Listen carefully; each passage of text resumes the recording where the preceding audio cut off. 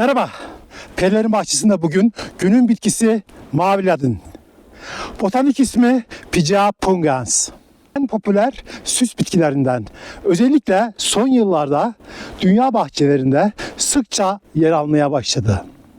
Kozalaklı Herdem Yeşil dünyasında mavi denilince ilk akla gelen bitki şüphesiz mavi ladindir.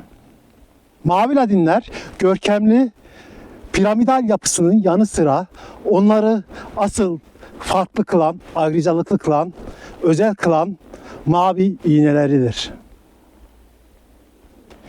Özellikle güneş ışığında parıldayan iğneleri muhteşem bir manzara oluşturur. Mavi ladinin iğneleri mumsu bir tabakayla kaplıdır. Bu tabakanın nedeni yeni büyüme döneminde güneşin ultraviyole etkisinden yeni büyüyen iğneleri korumak için oluşan mumsu bir tabakadır.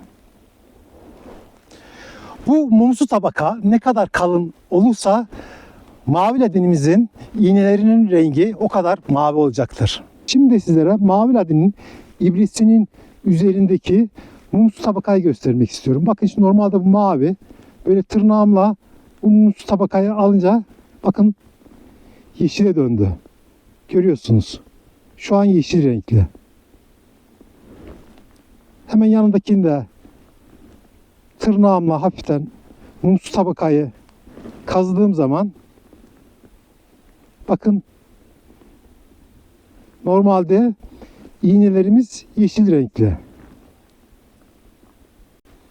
Mavi ladinin en büyük özelliği soğuğa çok dayanıklı bir bitki olması. Bölge 2'den 8'e kadar rahatlıkla yetiştirebilirsiniz. Özellikle çok soğuk bölgelerde cesurca büyüyen, yetişen bir bitkidir. Mavi ladin doğanın güzelliğini çarpıcı bir şekilde sunan çok özel bir ağaçtır. Yaban hayatı için adeta bir cennettir. Kuşlara ve küçük yaban hayatına yaşam alanları sunarak bahçenizin biyolojik çeşitliliğini artırır. Mavi ladinin peyzajda kullanımı. Şu an ekranda görmüş olduğunuz bitkimiz Pygia pungans hoster. Hangi bitkilerle birlikte kullanıyorum? Bakın hemen solda şu an kış çekimi yapıyorum. Yapraklarını dökmüş bir Sambucus nigra Black Beauty.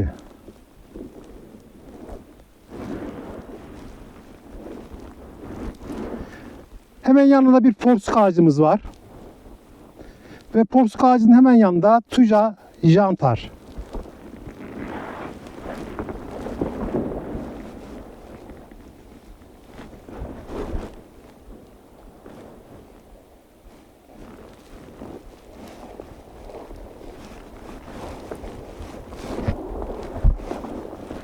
Yine burada kullandığımız bitki Sambucus nigra Black Tower.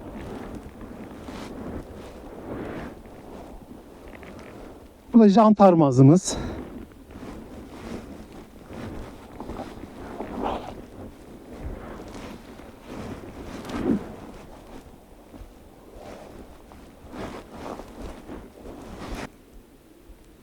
Hemen mavi ladinin yanındaki bitkimiz çoban püskülü. Ilex aquifolium argenta marginata.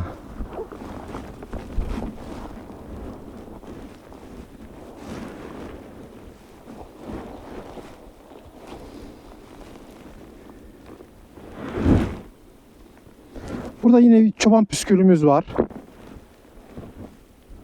Burada görmüş olduğunuz bitkimiz erik yapraklı süs alıcı.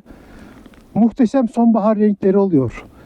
Kırmızının tonları ve kırmızı meyvelerle mavi ladin muhteşem bir görüntüsü oluyor sonbaharda.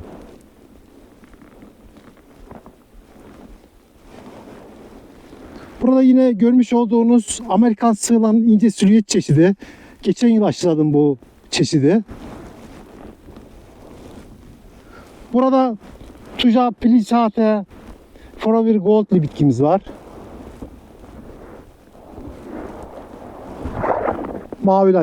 Mavi ladinimiz.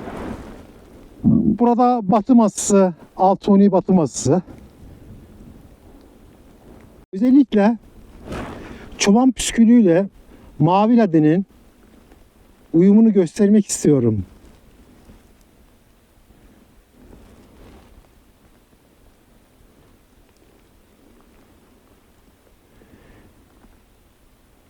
Ilex Acumen argentana marginata çeşidi ve Pygea pungans costur arasındaki uyum. Kışın yaprak dökmüyor bu Ilex çeşidimiz. Gördüğünüz gibi çok güzel bir uyum sağlıyor. Hemen burada yanında Acer palmatum orange dream çeşidi var. Mavi ladin odak noktası olarak dikey vurgu amacıyla grup dikimlerinde, sıra dikimlerinde, burada görmüş olduğunuz gibi çit dikimlerinde, rüzgar kırıcı olarak ve gizlilik ekranı olarak kullanabilirsiniz. Perilerin bahçesi içerisinde yer alan mavi ladin çeşitleri. Bu ladinimiz Pygea pungens hopsi.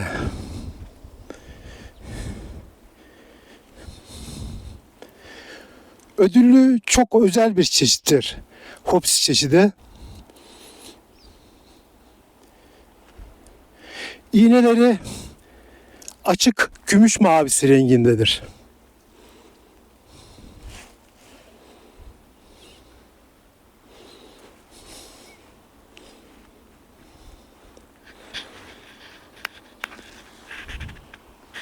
Bu çeşidimiz de Pygea pungens Holster çeşidi. Perilerin bahçesi içerisinde yer alan bir diğer kozalaklı, ibreli mavi ladinimiz. Pygea pungens glauca globosa bitkisini göstermek istiyorum. Hemen solunda Pinus mugo, bir sağında Pinus mugo wintergold bitkimiz var. Bakıyorsunuz, iğnelerini bir inceleyelim. Diğer çeşitlere göre Coaster çeşidine veya Hops çeşidine göre iğneler daha küçük ve daha sık.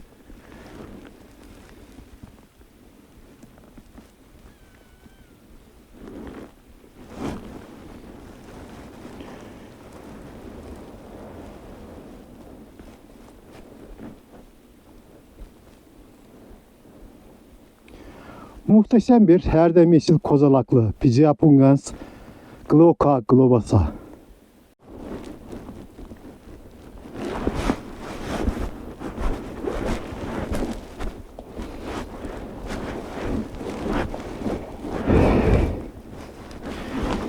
Evet, görmüş olduğunuz bu bitkimiz Pygea pungens glauca.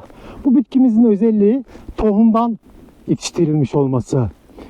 İbreleri diğer çeşitlerimiz olan Pygea pungens Coaster ve Pygea pungens hopsi'ye göre daha kısa iğneleri var. Rengi daha koyu. Pygea pungens Coaster ve Pygea pungens hopsi daha canlı mavi renkteyken, daha uzun ibreleri var iken, bunların ibresi tohumdan olduğu için daha mat renkleri var. Mavi ladin dünyasına baktığımız zaman en iyi çeşitler tespit edilerek onlar anaçlar üzerine aşılanarak çoğaltılmıştır. Holster çeşidi olsun, Hopsi çeşidi olsun, Pygea pungens glauca globosa çeşitleri olsun. Bunlar çok özel bitkilerdir. Seçilmiş, tohumdan yetiştirilen anaçlar üzerine aşılanarak çoğaltılmış bitkilerdir. Peki mavi ladin almaya karar verdiniz. Bahçeniz için doğru mavi ladin nasıl seçilir? Doğru ladini nasıl seçmeliyiz? Görmüş olduğunuz dal üzerinde Pygea pungens hopsi'nin dallarında iğneler var. Bu iğneler eşit aralıklarla olmalıdır. Yani dökülmüş bir iğne olmamalı. Bakın, hepsi sağlıklı iğneler.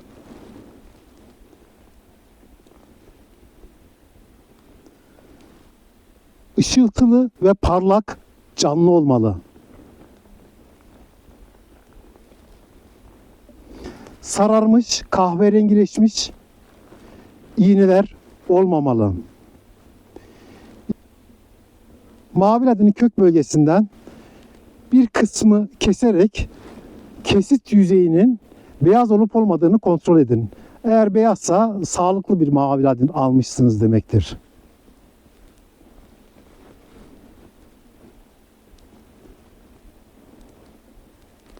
Bitkimiz, mavi ladinimiz Pygia pungans Glauca globasan çeşidi. Mavi ladinin sağlıklı olup olmadığını nasıl kontrol ediyoruz? Bakın görmüş olduğunuz gibi buradaki iğne yok, bakın buralarda. Şu kısımda iğneler yok. Bu mavi ladin muhtemelen, bak, iğneler de dökülmüş. Görüyorsunuz. Bu dallar da kurumuş. Şu dalı alalım, bakın. Muhtemelen hastalık ya da bir zararlı bu iğnelerin dökülüp dalların kurumasına neden olmuş. Dolayısıyla böyle bir mavi ladini kesinlikle almıyorsunuz. Bakın şuradaki iğnelere bakın. Burada bakın, bir de buradaki iğnelerde hafif sararmalar var. Görüyorsunuz değil mi? Bu mavi ladinde biraz sıkıntılar var.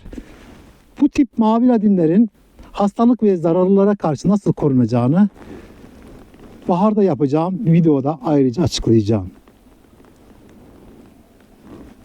Mavi ladin seçimini yaptıktan sonra mavi ladinimizi bahçemize dikmek için doğru noktayı nasıl seçeceğiz? Mavi ladinler güneş ışığını sever. Doğrudan güneş ışığı alıyor olması gerekiyor.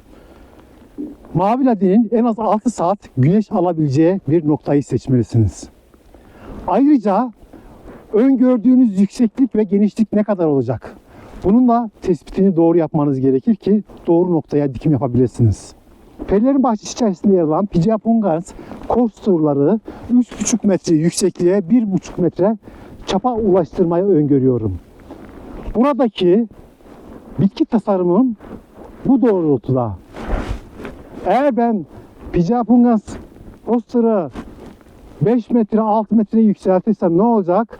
Bu defa başta burada görmüş olduğunuz mavi atlas sedirleri, burada görmüş olduğunuz batı masası ve hemen arkamda görmüş olduğunuz ileksler güneş alamayacak. Güneş alamadığı için kuruyacaklardır. Özellikle ladin çeşitleri, sedir çeşitleri, köknar çeşitleri güneş almadığı zaman ya da çok az güneş aldığı zaman, yetersiz güneş geldiğinde alt kısımlarından yukarıya doğru kurumalar olacak. Dallarda ve ibrelerde kurumalar olup dökülmeler başlayacaktır. O yüzden mavi ladinlerde, sedirlerde ve göknarlarda mutlaka en az 6 saat doğrudan güneş alması gerekiyor. Güneş almayan yerlere diktiğiniz mavi ladinler, göknarlar ve sedirler mutlaka alttan başlayarak kurumaya başlayacaktır. O yüzden doğru noktayı seçip doğru noktaya dikim yapmanız gerekiyor. Peki mavi ladinimizi dikim noktasını seçtik. Dikim aşamasına geçebiliriz. Öncelikle mavi ladin nasıl bir topraktan hoşlanıyor? Toprak isteği nedir?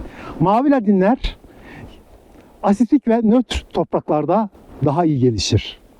Alkali topraklardan hoşlanmaz. O yüzden asitik ve nötr topraklara mavi ladinimizi dikmemiz gerekiyor. Peki mavi ladini nasıl dikeceğiz? Fidan dikimi nasıl yapılır videom Perilerin Bahçesi kanalında mevcut. Onu açıklamalar kısmına da ekleyeceğim. Lütfen oradan bakarak mavi ladini, oradaki aşamaları izleyerek rahatlıkla dikimini yapabilirsiniz. Burada tekrar vurgulamak istediğim husus şu. Toprağınız eğer organik madde açısından fakir bir topraksa, organik madde miktarınız %1'in altındaysa o zaman mutlaka ilave malzeme eklememiz gerekiyor. Bunların neler olduğu videomda açıklanmıştır. Organik madde miktarınız 3 ve üzeri ise mükemmel bir toprağınız vardır. O yüzden dikim çukuruna herhangi bir şey eklemenize gerek yoktur. Mavi ladini hangi gübrelerle beslemeliyiz? İlk yıl dikim anında dikim çukuruna yavaş salınımlı makro ve mikro elementler içeren gübreler kullanabiliriz. Daha sonraki yıllarda da aynı şekilde erken ilkbaharda yavaş salınımlı gübre kullanmamız gerekiyor. 9 aylık ya da 12 aylık yavaş salınımlı gübrelerle mavi ladinimizi gübrelememiz gerekiyor. Peki mavi ladinin sulama aralıkları nasıl olacak? Mavi ladin özellikle kostur çeşidi kuraklığa dayanıklı bir çeşittir. Mavi ladinimizi ilk yıl düzenli olarak sulamamız gerekiyor. Toprakta kökler tutunana kadar toprağın sürekli nemli kalması gerekiyor. İlk 3 yıldan sonra kök yapısı gelişeceğinden çok kurak dönemlerde sulamanız yeterli olacaktır. Mavi ladinler hastalık ve zararlara karşı hassastır. O yüzden düzenli olarak mavi ladinlerimizi hastalık ve zararlara karşı ilaçlamamız gerekmektedir.